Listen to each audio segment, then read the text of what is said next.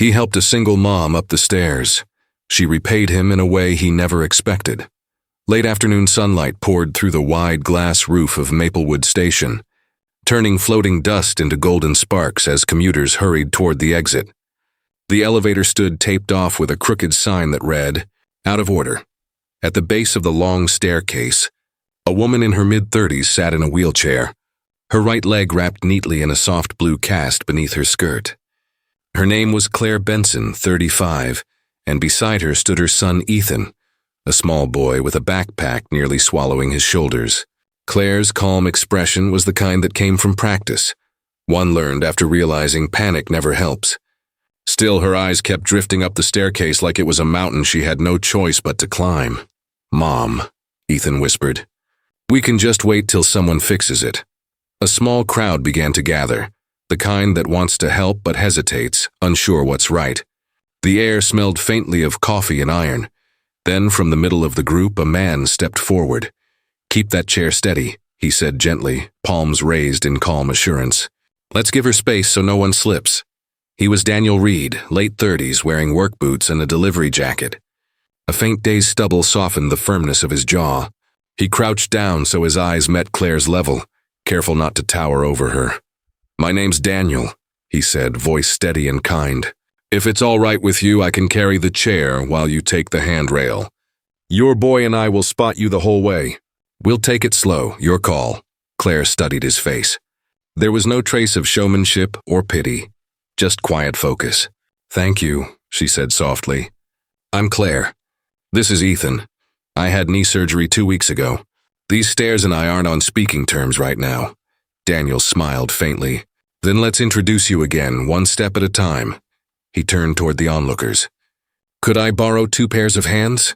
One person above us to clear the path, one behind in case we need a pause." A college girl in a denim jacket stepped forward. A silver-haired man leaning on a cane offered his help too. Daniel nodded with gratitude, then looked back to Claire. "You set the pace," he said quietly. "If anything feels wrong, we stop. Deal?" "Deal," she exhaled, her shoulders relaxing for the first time since the elevator's sign appeared. Daniel showed Ethan how to stand close to her, holding her elbow without pulling. "Always let your mom tell us how much help she wants," he said. Ethan nodded firmly, his small face full of determination. The chair folded with a soft click. Daniel lifted it easily, not rushing, moving with the patient rhythm of someone used to carrying more than just weight. "We'll go 3 steps at a time," he said. "Then pause and breathe." The climb began. The first few steps were slow, tense, full of concentration. Claire's hand tightened on the rail, knuckles white at first, then easing as she found the rhythm. Ethan counted softly every 3rd step, his little voice steady and clear. At each landing, the group paused.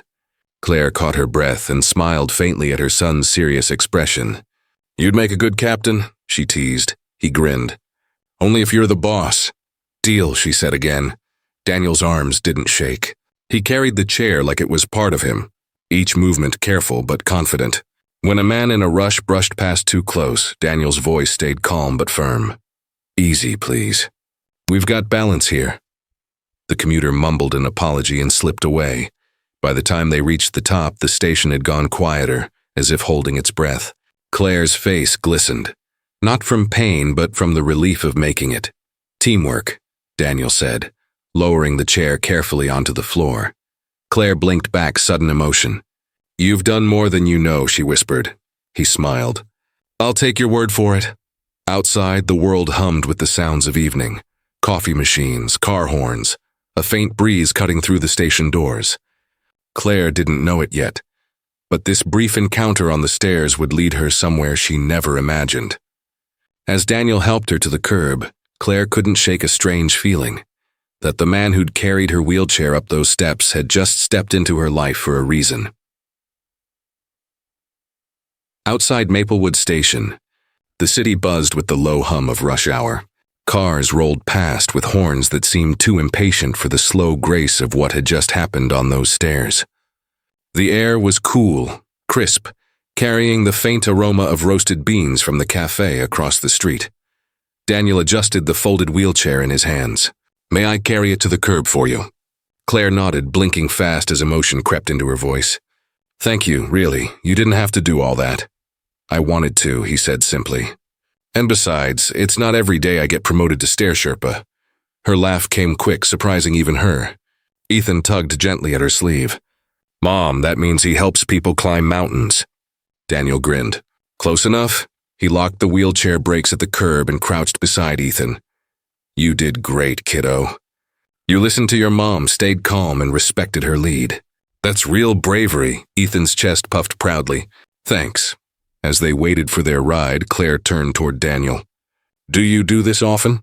Rescue stranded travelers at broken elevators? He chuckled, rubbing the back of his neck. Not exactly. I do delivery runs around here.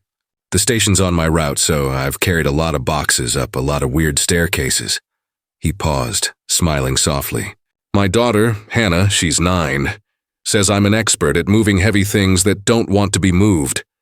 Groceries, furniture, sometimes feelings. Smart girl, Claire said warmly. She must take after you. Other way around, he replied. A rideshare car pulled up beside them, but Claire hesitated to leave. She reached for her purse. Please, at least let me buy you a coffee. I'll feel better knowing I didn't just make you haul furniture for free. He opened his mouth to refuse, but stopped when he saw the sincerity in her eyes. All right, he said finally, smiling. I won't turn down caffeine. They crossed to the cafe, Ethan pressing his face against the pastry case in deep moral conflict between one cookie or two. Daniel paid for a black coffee. Claire ordered chamomile tea. They found a table by the window, where the golden light softened everything. Faces, words, even the sharp edges of the day. So, delivery runs, she said, stirring her tea. You like it? I like good people and steady work, Daniel said. But the pay doesn't always match the effort. I used to manage operations at a warehouse, organize schedules, fixed bottlenecks, that kind of thing. Then the company downsized. Been sending out applications for months. Claire nodded slowly. Operations, she repeated, her tone thoughtful. I work in that field too. Ethan looked up from his cookie.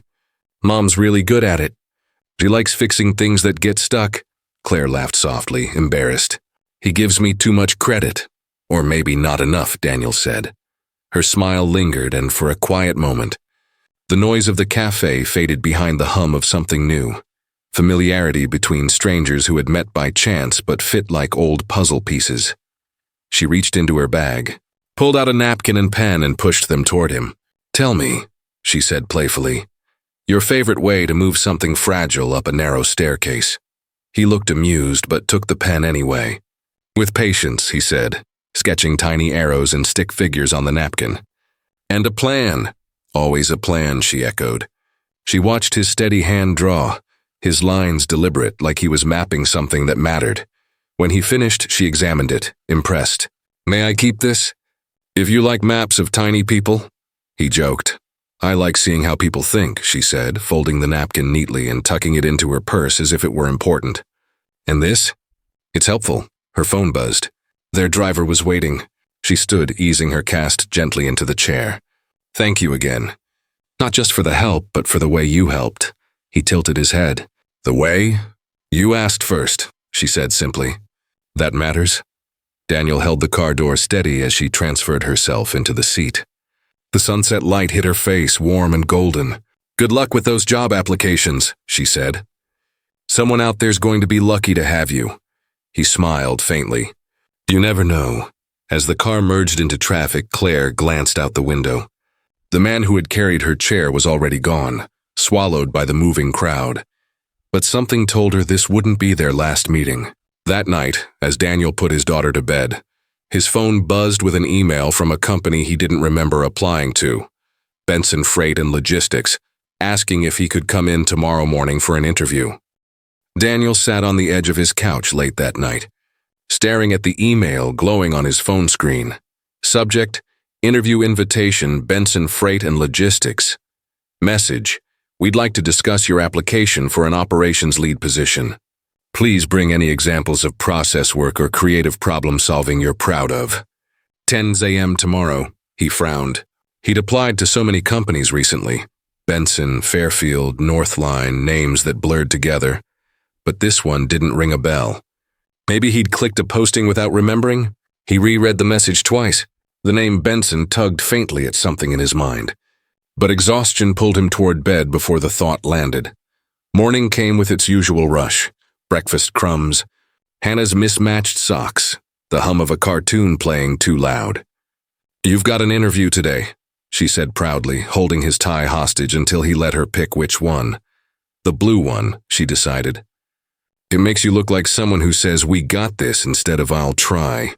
He laughed. "That's a good kind of someone to be."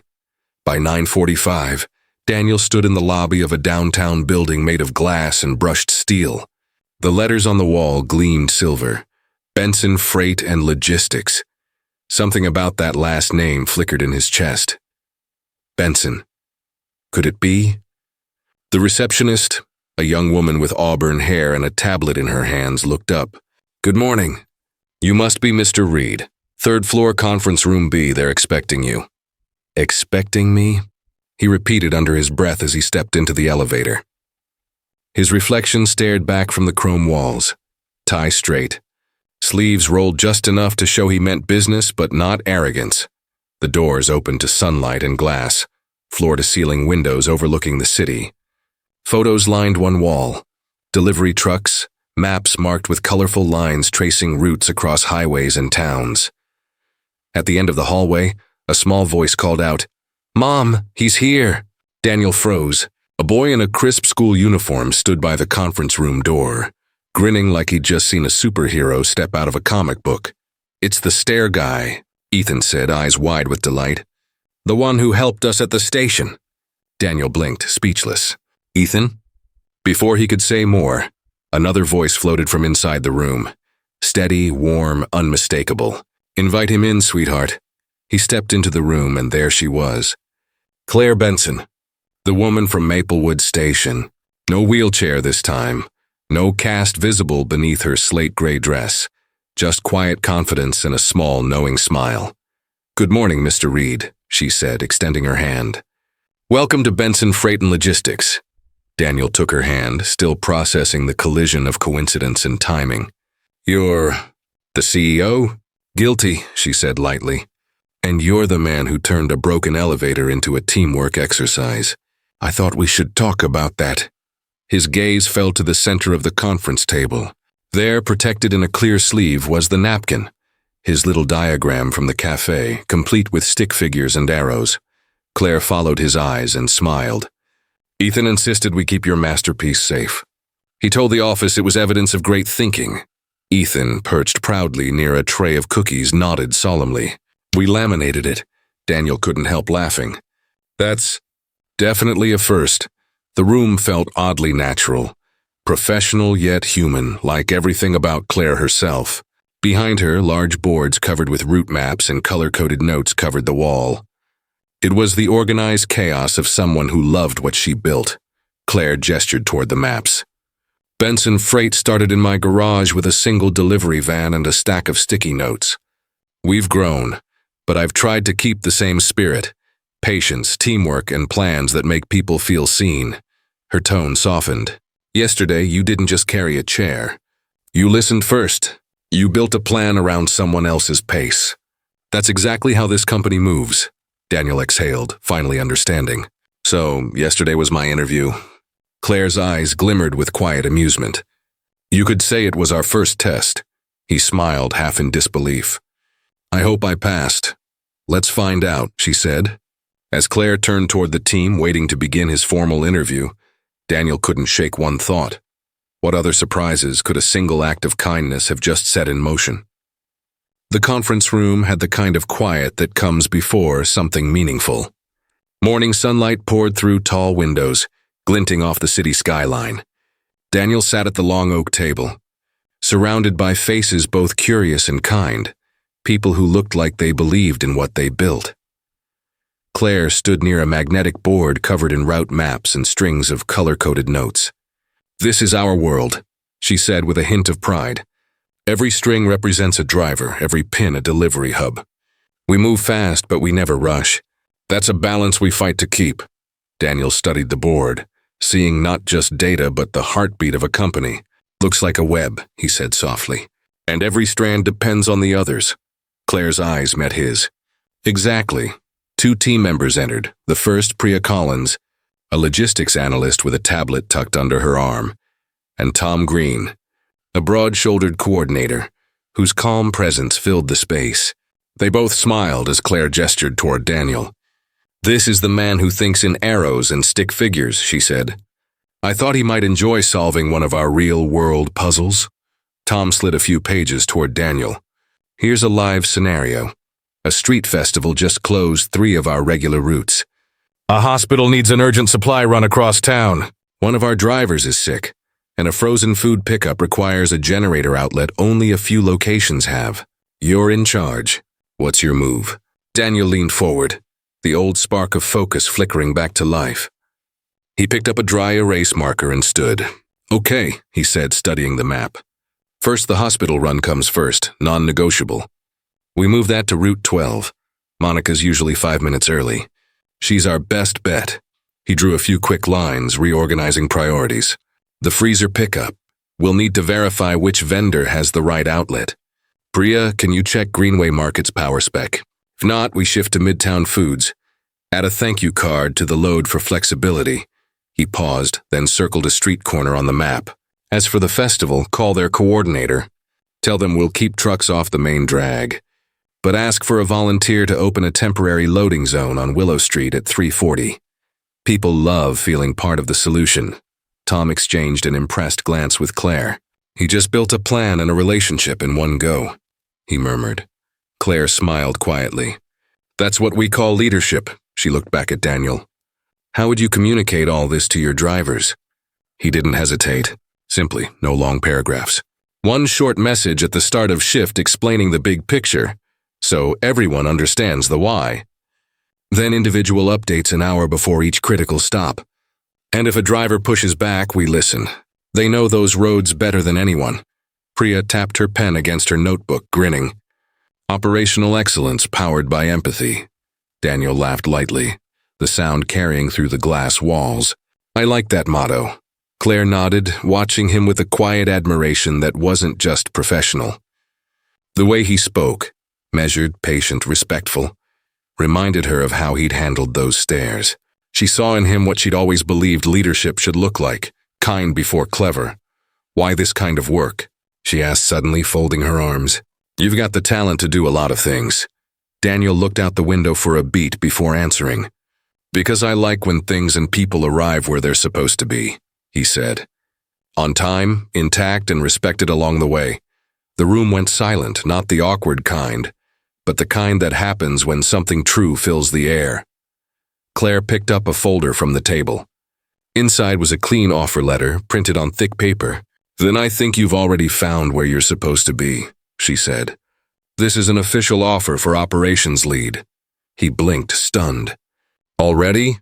We've been interviewing since the bottom of those stairs," she said, a smile tugging at the corner of her lips. "The rest is just paperwork." Ethan, sitting by the cookie tray, raised a hand like a tiny executive. "If he says yes, can I show him the wall with all the drivers' pets?" "It's super important for morale," Claire chuckled. "Deeply important," she said. Then she turned to Daniel. "There's one condition. You lead the same way you did that day. With consent, patience, and teamwork. And once a month you owe me a Friday morning tea to plan our next step 7. Deal?" Daniel's grin came easy and honest. "Deal." As he signed, the small team exhaled, a collective sigh that felt like the city itself unclenching. When Daniel walked out with his offer letter in hand, he didn't know that his first week at Benson Freight would test more than his skill. It would test the rhythm of his heart. The first week at Benson Freight and Logistics felt like stepping onto a moving walkway, already humming at the perfect pace. There was energy, but not chaos. Pressure, but never panic. Daniel spent his mornings shadowing dispatch and afternoons learning the rhythms of the drivers, how they spoke in shorthand signals and silent gestures that made the whole system flow. Palm flat meant hold. 2 short whistles meant heads up. A raised coffee cup. "You're doing great." He fit in faster than anyone expected.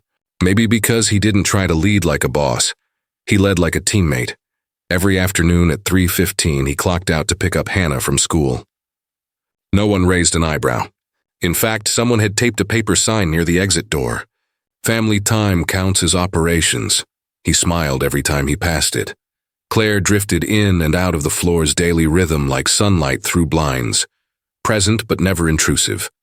When she checked on things, it never felt like inspection. It felt like presence. Her team moved better around her, not from fear, but from respect.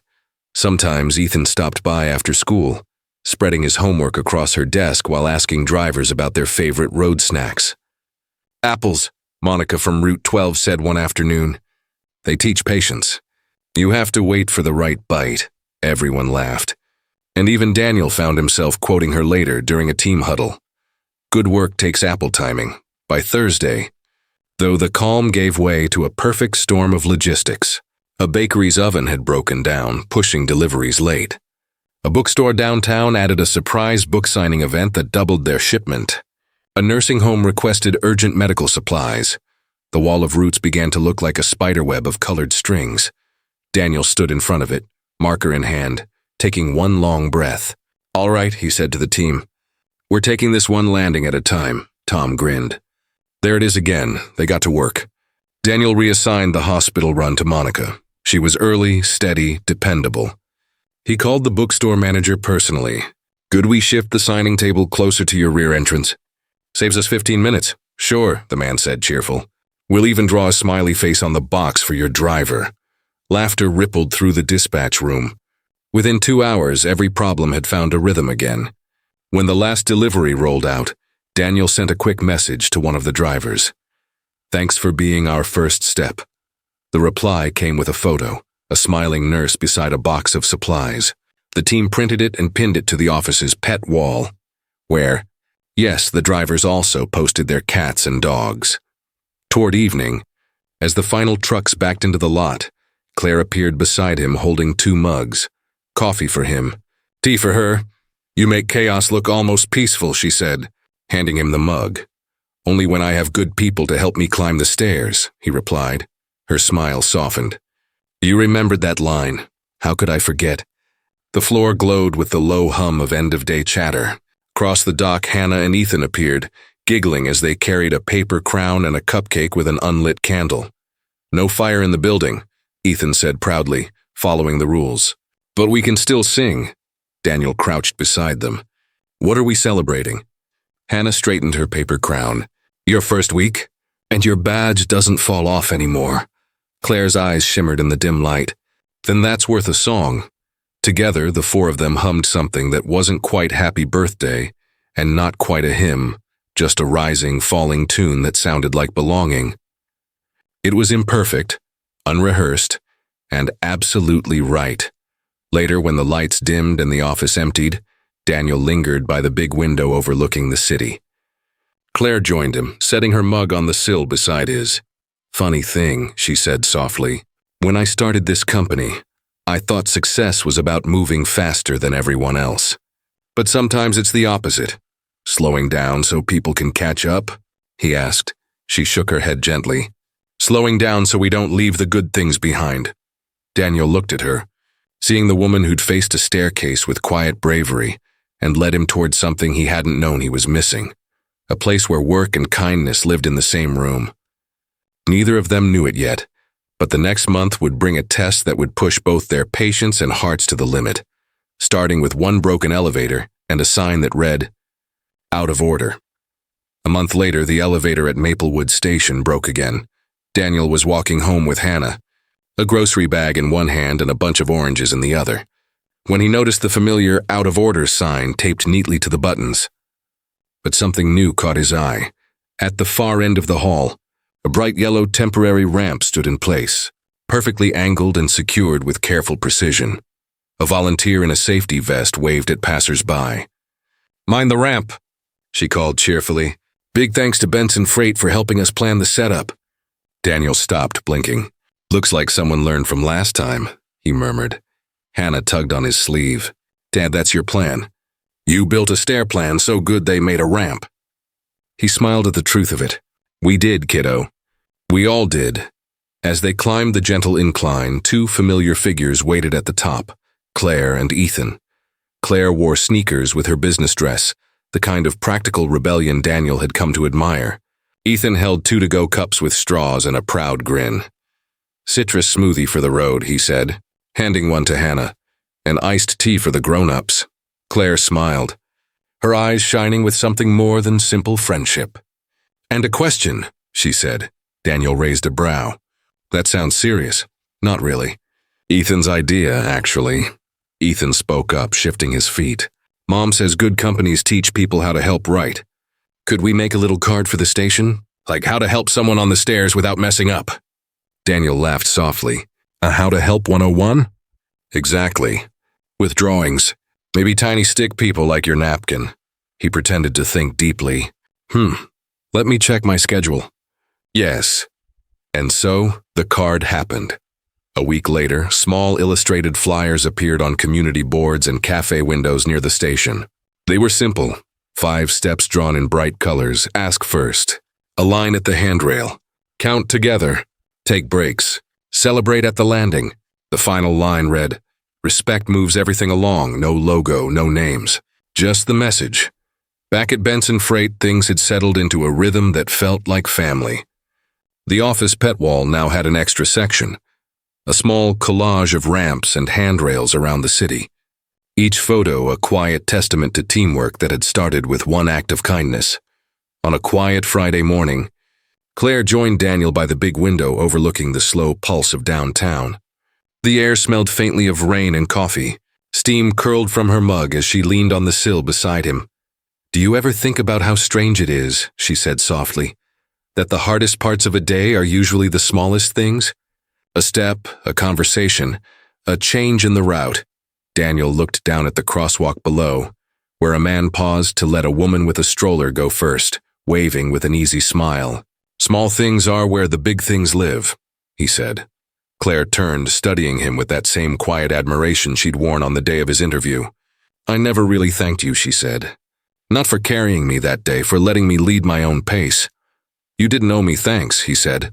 "Maybe not," she replied. "But gratitude's kind of a company policy around here." He chuckled, then fell silent, watching the city's slow heartbeat. Behind them, laughter echoed, Ethan's voice mixing with Hannah's as they hung a new photo on the wall. Monica's cat, asleep in a delivery crate, blissfully unaware of its honorary mascot status. Daniel's phone buzzed. He glanced down. It was a text from Hannah's teacher, career day next month. "Would you come share about your job? Hannah says you move invisible things, which sounds very cool." He handed the phone to Claire. "Invisible things," she repeated, smiling. "That might be the most accurate job description I've heard." Daniel nodded. "There's one more invisible thing," he said quietly. "What you did for me changed the rhythm at home. I didn't realize how often I told my kid to hurry up. Now we say, one landing at a time. Mornings feel better." Claire's eyes softened. "Then every step was worth it." They stood there a moment longer, 2 people who had met between broken machinery and found a new kind of motion together. The city below glowed in the afternoon light, the world moving not faster but kinder. Behind them, Priya's voice carried from across the office. "Hey boss, should we make space on the wall for something new? Maybe a section for the ramps we helped build, not just the ones with wheels?" Daniel glanced at Claire, who was already smiling. "Let's make that wall," she said, "and let's fill it slowly." He nodded, feeling the quiet truth of it. Later, when the office emptied and the sun sank behind the skyline, Claire packed her bag. Inside it, tucked between folders, still sat a single cafe napkin. Edges worn, lines faint, but arrows still visible. 3 steps, a landing, and a path that pointed toward something brighter. Sometimes the shortest distance between strangers isn't a straight line. It's a staircase climbed with care.